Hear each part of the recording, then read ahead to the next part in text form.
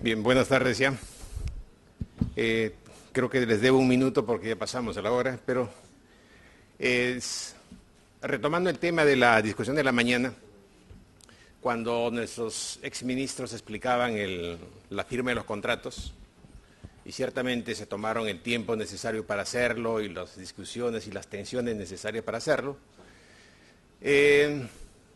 por un momento en Ocinermin me dijeron: Julio, te tenemos que encargar por unos días la gerencia de hidrocarburos líquidos y de paso te entregamos estos contratos para que los vayas supervisando. Bueno, pasaron los días y todavía continúo con el encargo. Entonces, la cuestión era, ¿qué hacemos con esos contratos? Y los contratos estaban firmados y ahora había que supervisarlos. Y entonces esa fue la función que nos dieron ya luego de la firma de los contratos, y lo que voy a tratar de resumir un poco el tema de lo que se hizo en ese momento, de lo que ciertamente hemos hecho, y quizás una reflexión acerca de lo que en este momento se nos viene como desafíos para los siguientes años. Creo que esto lo han mencionado bastante bien. El año 99 y 2000 se firman los contratos.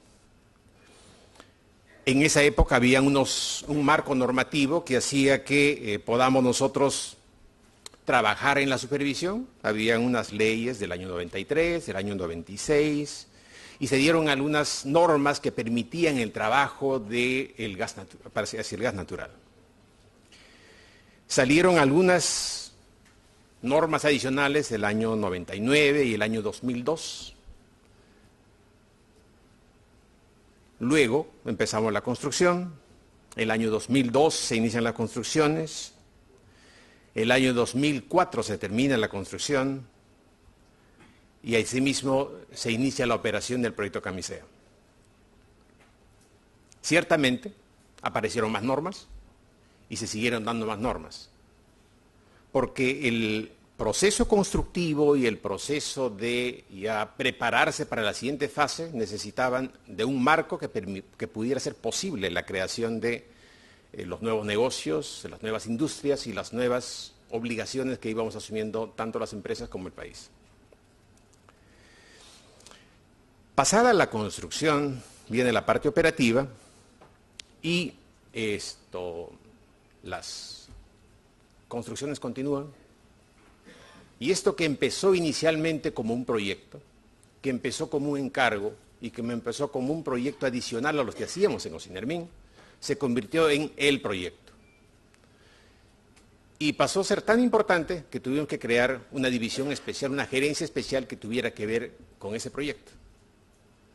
Y entonces esto fue transformando. Y entonces cuando hablamos de la transformación del país, me imagino y recorro en el tiempo, digo, la economía se transformaba, los negocios se transformaban y Ocinermin también se transformaba.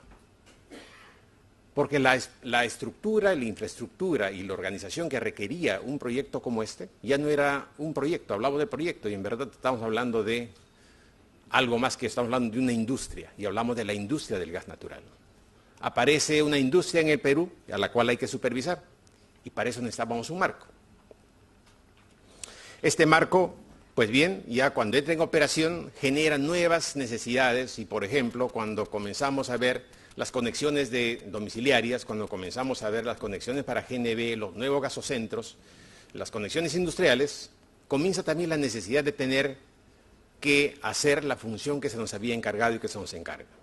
Que esta industria se maneje con los cánones más importantes de seguridad, para que la industria que apareció inicialmente como un reto, que apareció después como una amenaza, se convirtiera en una realidad y lo hiciéramos posible todos. Si recorremos un poco en el tiempo el proyecto Camisea, pues hay una primera fase del 2000 al 2004 donde el mercado empieza a aparecer, un mercado interno que empieza a aparecer. Del 2005 al 2010 aparece un gran actor que es el gas natural licuado. Y entonces aparecen las otras necesidades y nos preguntamos en ese momento, ¿y ahora cómo supervisamos un proyecto como el de gas natural licuado? Entonces buscamos en nuestros profesionales cuáles eran los que estaban capacitados para hacer esto y nos preguntábamos, oye, ¿y alguna vez has visitado una planta como esta? Entonces decimos, no, tenemos que recurrir entonces ahora a nuevos actores, a nuevos agentes, a nuevas formas de poder ver el negocio, la nueva forma de ver la industria. Y esto hace entonces, toma la necesidad de que nosotros tengamos que optar por la metodología de las certificaciones. Comenzamos a certificar casi todas las actividades que sean posibles certificar. Tenemos ahora requerimientos, tenemos procedimientos para certificar instalaciones domiciliarias, certificar gasocentros, certificar instalaciones industriales, certificar instalaciones como la planta de gas natural licuado. Y entonces comenzamos a preguntarnos, ¿y cuál fue la contribución? Cuando posiblemente preguntamos a los agentes del mercado, nos dirán, ¿de qué contribución hablas? Si solamente observabas las cosas, si solamente ponías penalidades y efectuabas sanciones. Ciertamente, cuando hablamos del tema de lo que hace un regulador, lo que hace un supervisor, estamos hablando en verdad de varias cosas. Voy a resumir estos temas en lo siguiente, ¿sí? Estamos hablando de regulación, estamos hablando de supervisión y estamos hablando de atención de reclamos. Estamos hablando básicamente de los agentes del mercado, los operadores, y estamos hablando de las gentes que hacen uso de este gas y de la industria del gas natural. Entonces, en la regulación tuvimos que transitar por un camino que tenía que ver con la regulación de las tarifas de transporte y las tarifas de distribución. Y esto implica que tengamos que ver las tarifas a nivel domiciliario, diseñar las tarifas en todas sus características para todos los públicos y asimismo hacerlos viables. Del punto de vista de la supervisión nos encargamos de ver la producción, el transporte, el procesamiento, la distribución y la comercialización. Esto genera nuevas regulaciones y esto genera nuevas necesidades. Pues apenas puesto la primera instalación de gas, ya tenemos que prever que tienen que haber reclamos y tienen que haber algunas condiciones que hacen que el usuario requiera algunos niveles de calidad. Esto obligó igualmente a tener que implementar todo nuestro sistema de atención de reclamos a los usuarios y algunos procedimientos que hagan viable que la industria del gas natural pueda funcionar. Esta labor de regulación, la de supervisión y la atención de reclamos, es una labor que ciertamente ahora la vemos que está funcionando, pero que significó gran parte de todo el trabajo que tuvimos que apoyar al Ministerio para que esto pueda funcionarse. El Ministerio es el que da las reglas, nosotros las proponemos, pero hay que trabajar previamente juntos para que esto pueda salir. Y también las empresas, obviamente. Cuando hablamos del proyecto Camisea, tenemos que retroceder un poco para saber qué cosa es lo que se hizo para luego proyectarnos. Recuerdo que en esa oportunidad, cuando diseñábamos el proyecto Camisea y cuando para la Gerencia de Fiscalización de Hidrocarburos era un proyecto, el proyecto comenzaba a crecer y comenzaba a crecer y no paraba de crecer, porque como ustedes han podido darse cuenta, las dimensiones y las características de este proyecto hacían que necesitáramos cada vez gente de mayor capacidad y adicionalmente distribuidos en todo el proyecto, porque mientras las empresas estaban haciendo su trabajo en la planta de Malvinas, la empresa TGP estaba recorriendo sus 700 kilómetros y la empresa Cali estaba haciendo sus instalaciones acá en Lima, pues el organismo supervisor tenía que estar en todos los lugares. Y entonces tuvimos que hacernos cargo en ese momento de lo que era el medio ambiente, el medio social, la seguridad y especialmente todo el tema de las plantas. Claro, en ese momento manteníamos todavía la unidad entre lo que era la supervisión ambiental y la supervisión técnica y de seguridad. Pues bien, durante Camisea tuvimos la gran oportunidad y la gran suerte de poder ver el tema ambiental en ese momento. La cantidad de personas que destinamos a esta actividad ciertamente fue bastante diversa.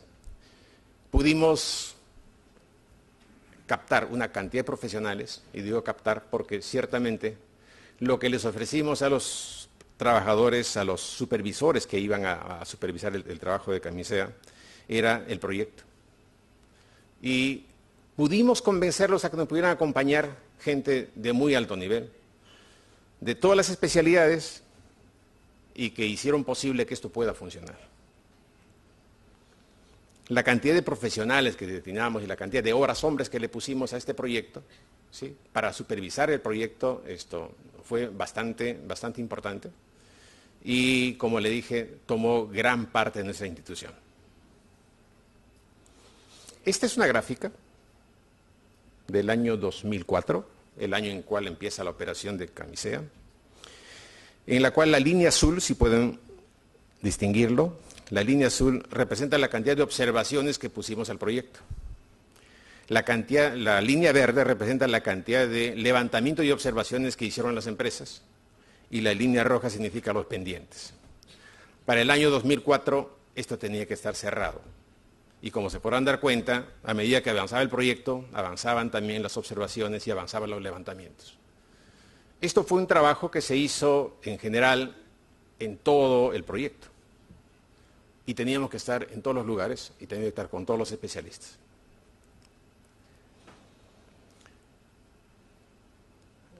¿Esto funciona? Bueno, se pasó.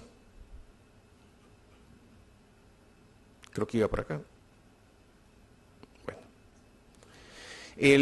Quizás solamente para relevar el tema de que si bien es cierto que los proyectos se hacen, estos proyectos obviamente necesitan de un conjunto de personas.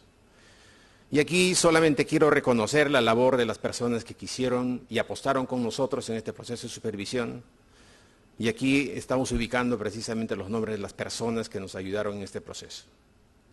En todo este proceso en el cual ciertamente fue bastante complicado hacerlo, porque las condiciones en las cuales tenían que hacer sus obligaciones nuestros supervisores, tenían que hacerlo no habían feriados, no habían domingos, no habían ciertamente toda una serie de cosas en las cuales nosotros teníamos que desplazarnos a las zonas donde estaban trabajando. Pues bien, posiblemente me olvido de algunos, pero simplemente quería recordar y quería decirle que la supervisión tuvo un rostro humano y está en estas personas.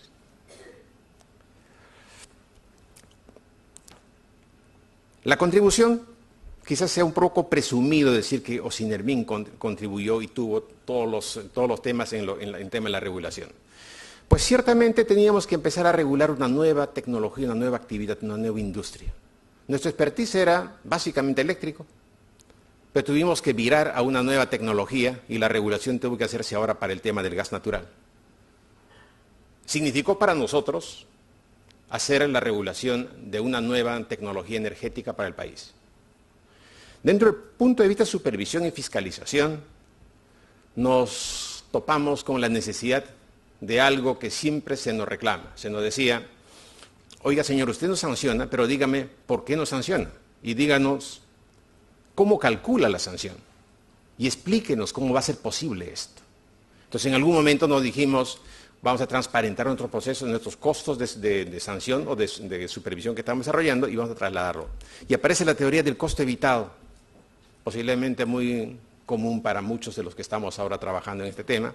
Entonces, en el momento en el cual se define la fórmula por el cual se va a calcular el monto de la sanción. Le dijimos: señores, la sanción se define simplemente como el concepto en el cual el costo que usted se evitó en hacerlo.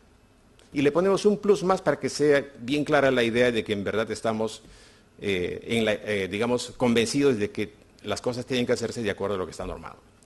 Claro, acá nos podrán decir: oye, pero algunas veces me hacías requerimientos imposibles. Y entonces nosotros le decíamos: está en la norma. Esto obligó precisamente a que podamos nosotros pedir el concurso de muchas personas. Hablamos en la normativa igual de nuevos procedimientos y nuevas directivas. Dijimos: señores, en esta industria no va a haber una sola instalación de gas natural en sus domicilios en los cuales esta no haya sido hecha por un personal calificado. Nos preguntamos entonces: oye, ¿y qué pasa con los electricistas? Cuando quiero hacer una instalación eléctrica en mi casa, ¿cómo lo hago? Busco un electricista. ¿Y cuáles son las credenciales del electricista? No las tiene.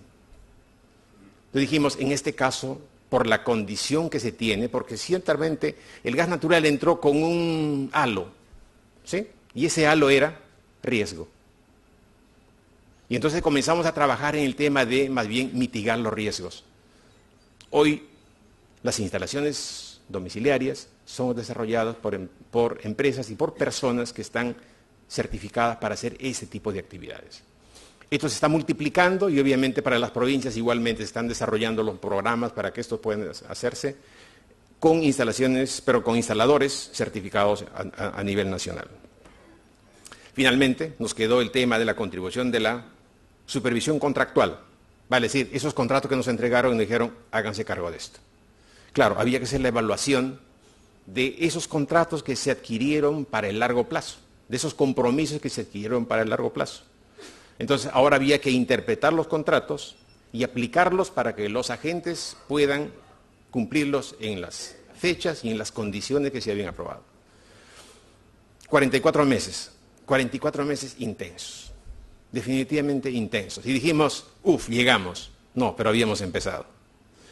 Queremos decirles asimismo que en el caso en este proyecto Camisea, tuvimos la cooperación de varios especialistas de diferentes países.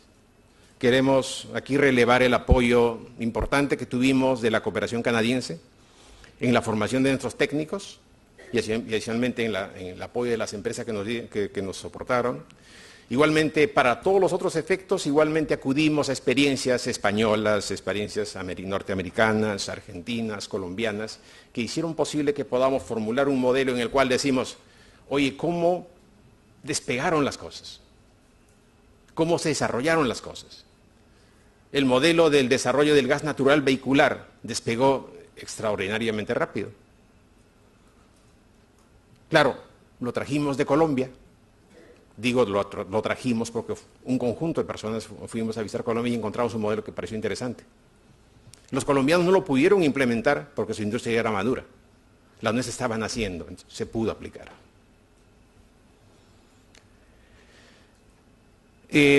Quizás solamente acá mencionar las primeras instalaciones que nosotros tuvimos que sacar y como punto relevante, pero quizás a partir del año 2004, cuando ya pensamos que había esto terminado, empezaron más bien los cuestionamientos. Y los cuestionamientos empezaron precisamente el mismo año que se inauguró el proceso. Y empezaron entonces lo que vamos nosotros a considerar como las fallas. Claro, entonces decimos, estábamos contentos con la inauguración del proyecto, ¿sí? Y en los meses siguientes estábamos en el Congreso tratando de explicar qué cosa habíamos hecho y por qué las cosas no estaban funcionando. En el entorno aparecieron muchos aspectos, muchos paradigmas, como el de la inseguridad, de riesgo, de que los ductos se habían traído de segundo uso, de que habían sido soldados básicamente por personas que no están calificadas, de que se habían dejado en muy malas condiciones. Aparecieron técnicos internacionales, técnicos nacionales, en los cuales cuestionaban el proyecto y dijeron, esto no puede seguir así. El paradigma de riesgo se incrementó debido a las fallas. Los estereotipos que habían en este momento igualmente eran considerables, porque ciertamente esta condición de riesgo que se tenía al inicio se multiplicó.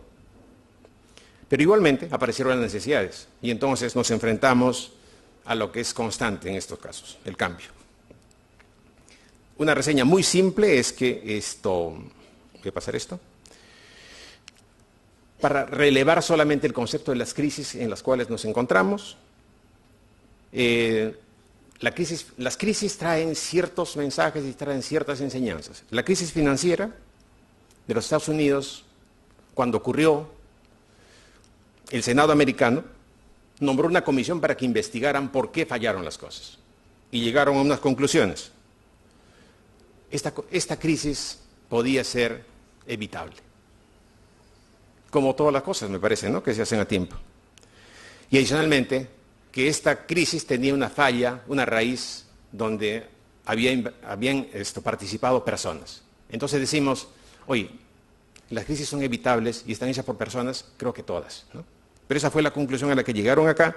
Y ciertamente el mensaje que tuvo esa comisión fue, en la Reserva Federal, dijeron, el supervisor podía hacer lo que tenía que hacer y no lo hizo. Pasamos a la crisis nuclear con Fukushima y para evitar el problema político, ellos designan a un independiente, a un médico. Y el médico, después de evaluar toda la condición de la crisis, llega a la conclusión. Y dice, se pregunta en su reporte final, ¿cómo pudo pasar un accidente semejante en el Japón, una nación que se enorgullece y tiene una gran reputación global por su excelencia en ingeniería y tecnología? Y luego concluye y dice, debemos admitir con mucha pena que este fue un desastre hecho en Japón. Luego pasamos a la crisis del Golfo, y en la crisis del Golfo se nombra otra comisión. En toda la crisis nombran una comisión, por si acaso. Esta no se escapó y nombraron una comisión. Y esta comisión llegó a unas conclusiones y dijo, señores, la crisis pudo haberse evitado. Ya no estamos hablando ciertamente de un tema muy puntual, sino de un tema mayor que fue el tema ecológico. Y adicionalmente hace mención de que el supervisor y el Estado, cuando debieron actuar, no actuaron. Las crisis y lo de Camisea para nosotros se convirtió en una crisis en su momento. Pero luego de ver estos análisis y luego de ver cómo actúan en verdad las sociedades en general, lo que podemos nosotros decir es, bueno, no estamos solos. Y entonces decimos, las crisis, señores, son previsibles, en general por lo que dicen los informes. El regulador y el supervisor, por general, son calificados de permisivos en todos los informes. El de Camisea también se calificó así. La gestión empresarial privilegia los resultados, ¿cierto?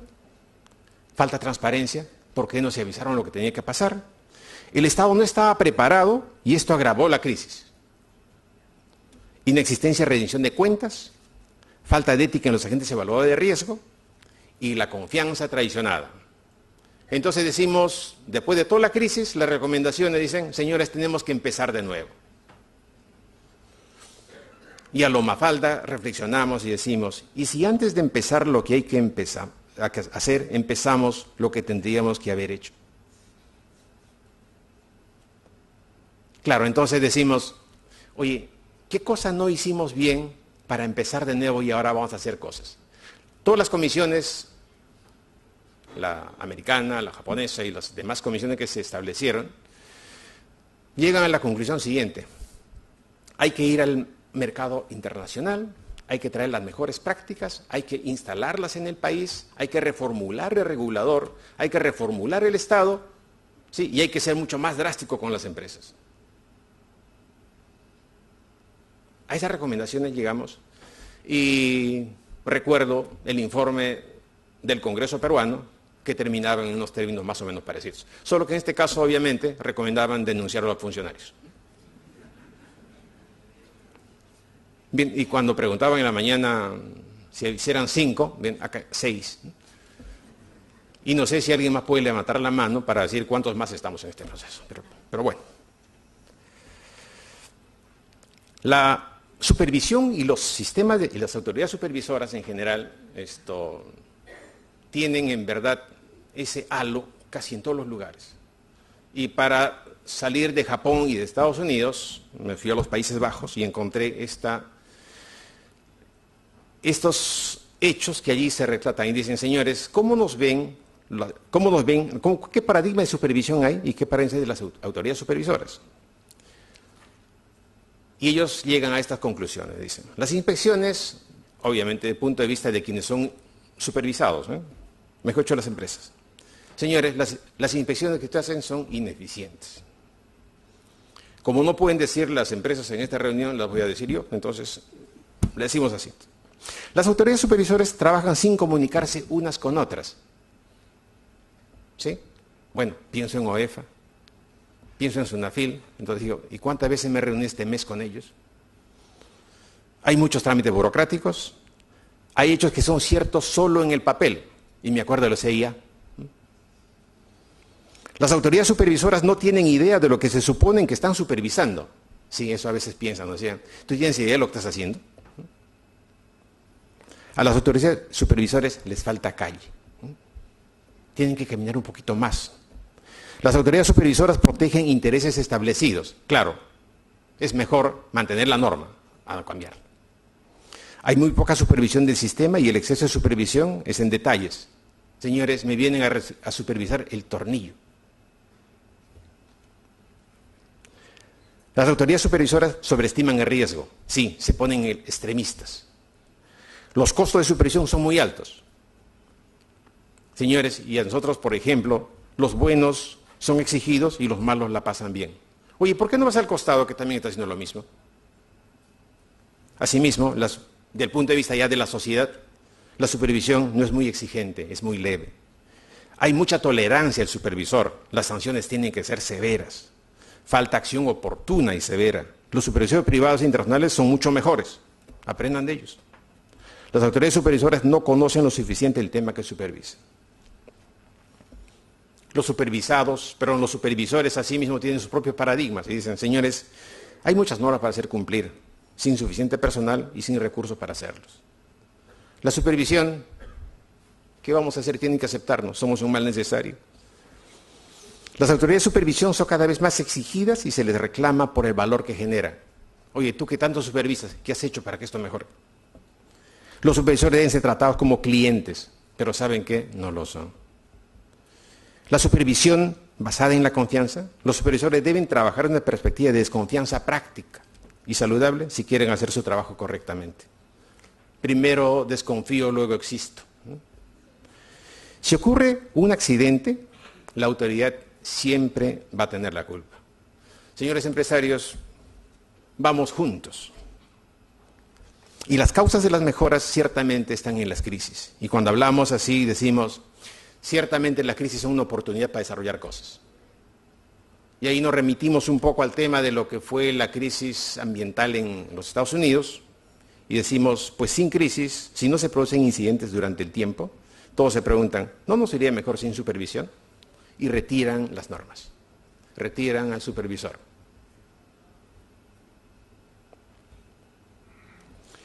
Camisea para nosotros ha sido promotor de cambio. Entendimos que el cambio, a la vez que técnico, económico, es también sociocultural.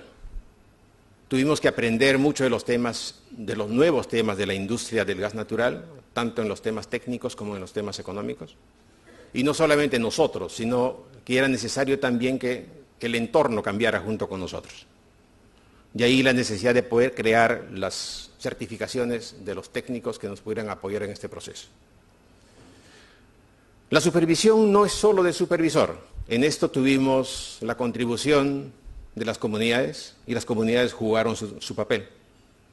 Las comunidades hicieron su trabajo de supervisión y siempre esperaban a Óscar Cuéllar para decirle, señores, lo que está pasando, ¿sí? En confianza. Es mejor que la supervisión esté coordinada y disponga de los canales para ser efectiva. Recuerdo que en el caso de Camisea, como era un proyecto igualmente así importante para ese momento, eran por los $2.000 millones el proyecto, se formó una comisión multisectorial para hacer el seguimiento del proyecto. Y nos sentamos en una mesa todas las instituciones que tenían que ver con el proyecto de Camisea. Y nos preguntamos y dijimos, señores, ahora sí hacemos que el Estado peruano pueda ponerse sobre sus hombros este proyecto y vamos a empujarlo entre todos. Bueno, no encontrábamos un lugar para reunirnos, éramos bastantes. Entonces tuvimos que hacer las mesas por partes y ciertamente los más afines. Entonces comenzamos a coordinar nuestras acciones y en algún momento, cuando vinieron los problemas, nos dijimos, señores, ahora tenemos que organizarnos para ver cómo manejamos esto, porque ocurrió el accidente y todos queríamos estar a la misma vez en el mismo lugar. Y todos queríamos salir con la primicia, y todos queríamos informar, y todos queríamos hacer las cosas que debíamos hacer. Entonces dijimos, señores, tenemos que ordenarnos. Necesitamos un protocolo de comunicación y de trabajo entre todas las instituciones del Estado para que esto pueda mejorarse. Hicimos ese esfuerzo en ese momento. Hoy día, el nuevo proyecto, el nuevo gasoducto, estamos hablando de 7.000 millones, para poner cifras, el proyecto de la línea de Moyobamba-Iquitos, estamos hablando de $3.000 millones, perdón, $500 millones. El proyecto de la refinería de Talara, estamos hablando de $3.000 millones. Estamos hablando de proyectos de minería por 5.000 millones de dólares. Entonces, ahora miramos y decimos, wow. ¿Y ahora cómo se supervisan 12.000 millones de dólares? Y todas las instituciones del Estado vamos a estar igualmente viendo cada uno nuestra parte en cada uno de esos proyectos. Entonces, ¿cuántas mesas de coordinación multisectorial vamos a desarrollar? El Estado, entonces, en este momento, ciertamente, es necesario que podamos juntar nuestros esfuerzos, coordinar nuestras acciones para que esto pueda funcionar mejor. Las empresas estarán siempre obligadas a hacer más y mejor las cosas, pero el Estado igualmente es exigido a hacer más y mejor. Cuando hablamos nosotros del Estado, estamos hablando del ente supervisor y de las otras entidades supervisoras. No hay una única supervisión, somos varios. Y esto ciertamente, cuando las cosas no vayan mal, estaremos supervisor y supervisado permanentemente juntos. La preparación, la prevención, la proactividad y el autocontrol son fundamentales. Las causas que promueven los cambios no deben ser en las crisis solamente. ¿Cómo nos preparamos? Ya aprendimos del proceso previo, tenemos que prepararnos para los siguientes y creo que vienen proyectos muy, muy importantes. Y en esto creo que el tema de la proactividad y de nuestras instituciones tiene que mejorarse y estamos comprometidos en ello. Ocinermin contribuyó en la concreción del proyecto Camisea con el apoyo de muchos colaboradores externos, pero después de Camisea nada volvió a ser igual en Ocinermin. Muchas gracias.